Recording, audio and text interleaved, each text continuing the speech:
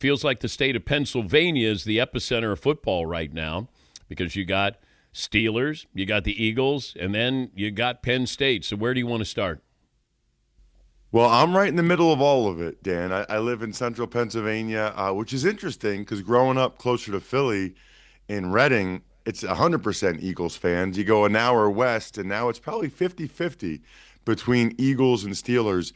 You know what I would say? I'll make a comparison, actually, Dan, between Mike Tomlin and James Franklin because I'm hearing the same thing from Steelers fans that I was hearing from some of the Penn State fans. Now, it's different, but there's a lot of crossover between those two fan bases. And you know, Dan, they just feel ready to move on. And they recognize that Franklin was a good coach. They recognize that Mike Tomlin is a good coach.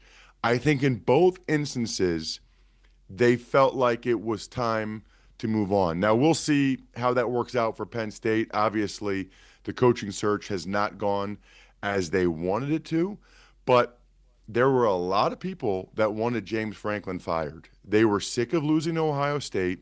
They were sick of not winning, quote unquote, the big one, and they were ready to move on. The same thing with Mike Tomlin.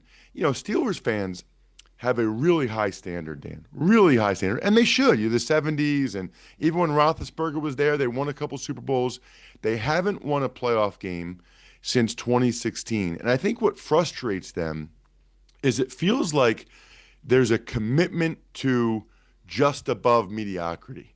There's a commitment to being good enough. And they're sick of that. I mean, you talk to Steelers fans, it's kind of wild that they'd rather the team go 3-14 and get a high draft pick and finally try to fix the quarterback position. I don't think they realize how hard that is to do, but that's the mindset right now.